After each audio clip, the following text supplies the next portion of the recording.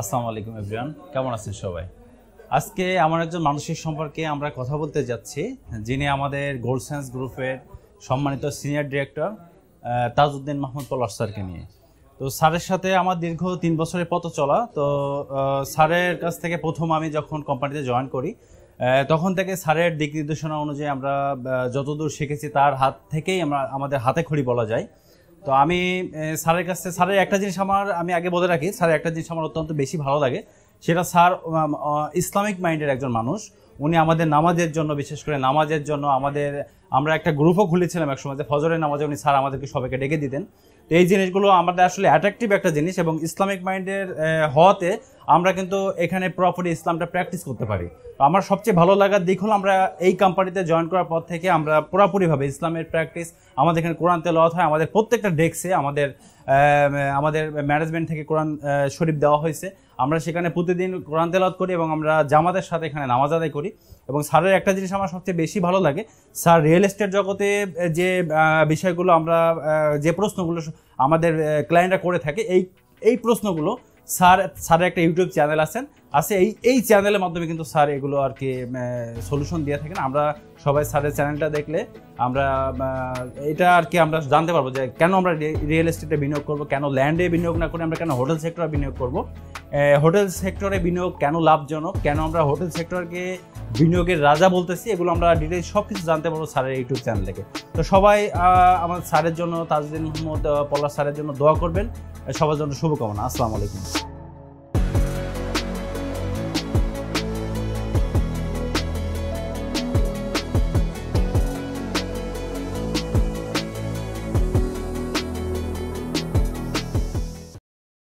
আসসালামু আলাইকুম sir. Sir কেমন আছেন? ওয়ালাইকুম সালাম। হ্যাঁ আছি, আলহামদুলিল্লাহ ভালো আছি।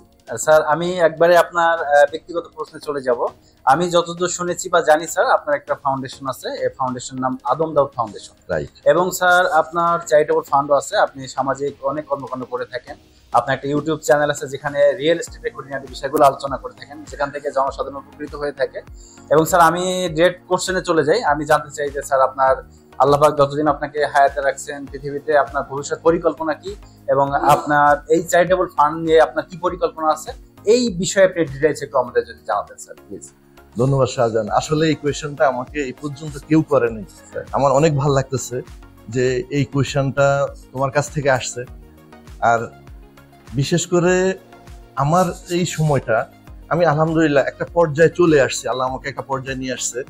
আমার যে বাড়ি করার ইচ্ছা ছিল, আমি বাড়ি করে ফেলছি। এখন আমার শেষ ইচ্ছা যেটা জীবনের, সেটা হচ্ছে আমি একটা অনাথ আশ্রম এবং বৃদ্ধাশ্রম করব। এই অনাথ আশ্রম এবং বৃদ্ধাশ্রমটা এমনভাবে করব যে, অনাথ বলতে কারা, যে যারা বেওয়ারিশ, যাদের মা বাবা নাই, যারা বেওয়ারিশ ভাবে তাদের রাস্তায় ঘোরাফেরা করে, আমি এই অনাথদেরকে নিয়ে কাজ করব। আমাদের দেশে কিন্তু এখন আর একটা কাজ হচ্ছে, যেটা হচ্ছে গিয়া নর্মালি অনেক মেয়ে অ্যাক্সিডেন্টলি তারা প্রেগনেন্ট হয়ে যায়, তারা বাচ্চাটা ফেলে দেয়। আমি ওপেন বলবো যে এই বাচ্চাটা ফেলবেন না, আমাকে দিয়ে দেন। আমি এই অনাথদেরকে নিয়ে কাজ করব। আরেকটা হচ্ছে বৃদ্ধাশ্রম যেটা করব, ওটা হচ্ছে কেউ চাইলেই কিন্তু তার মা বাবাকে বৃদ্ধাশ্রমে দিতে পারবে না। আমার গাড়ি থাকবে, সারা বাংলাদেশে মুভমেন্ট করবে, এবং যেখানেই বৃদ্ধ বা বৃদ্ধারা পড়ে থাকবে বেওয়ারিশ, তাদেরকে উঠে নিয়ে আসবে। এটা নিয়ে আমি বড় একটা যে অনাথ এবং বৃদ্ধাশ্রম করব, যেখানে এরা বড় হবে এবং একটা ফান্ড ক্রিয়েট হবে, পাশাপাশি একটা জেনারেশন এটা নিয়ে কাজ করবে। আমার আসলে লাইফের শেষ ইচ্ছাটাই সেটা, যে এই আদম দাউদ ফাউন্ডেশনকে বিল্ড আপ করা, এবং এই আদম দাউদ ফাউন্ডেশনের যে অনাথ বা বৃদ্ধরা থাকবে তাদের জন্য একটা পার্মানেন্ট ফান্ড ক্রিয়েট করা, এবং এই পার্মানেন্ট ফান্ডের মাধ্যমে যেন তারা কারো কাছে হাত পাততে না হয়। এটা হচ্ছে আমার মূল লক্ষ্য, যে কারো কাছে যেন হাত পাততে না হয়, পর্যায়ক্রমে দীর্ঘদিন যেন তারা এটা সার্ভাইভ করতে পারে। এবং আমি বাংলাদেশের সকল সম্পদশালীদের কাছে বলবো যে আমার এই আদম দাউদ ফাউন্ডেশনের মাধ্যমে আপনারা এই অনাথদেরকে বা বেওয়ারিশ বৃদ্ধ বিদ্যাদেরকে সাহায্য করেন।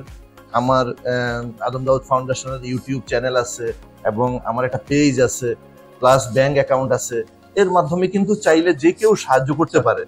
আমি ইনশাল্লাহ পূর্বাচলে প্রায় 2 বিঘার মতো ল্যান্ড নিয়ে ফেলছি, যেখানে পর্যায়ক্রমে 300 বিঘা ল্যান্ড হবে এবং এই 300 বিঘার উপরেই কিন্তু একটা বড় এই অনাথ আশ্রম এবং বৃদ্ধাশ্রম হবে। ফাউন্ডেশন করেছে।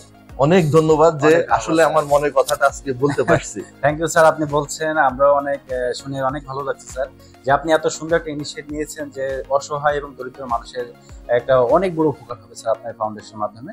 তো আপনার আল্লাহ পাক দীর্ঘজীবী করুক এবং আপনি যেন শারীরিকভাবে সুস্থতা থাকেন, এই দোয়া আমরা সবাই করি আপনার জন্য। ধন্যবাদ। ধন্যবাদ sir, thank you. Thank you.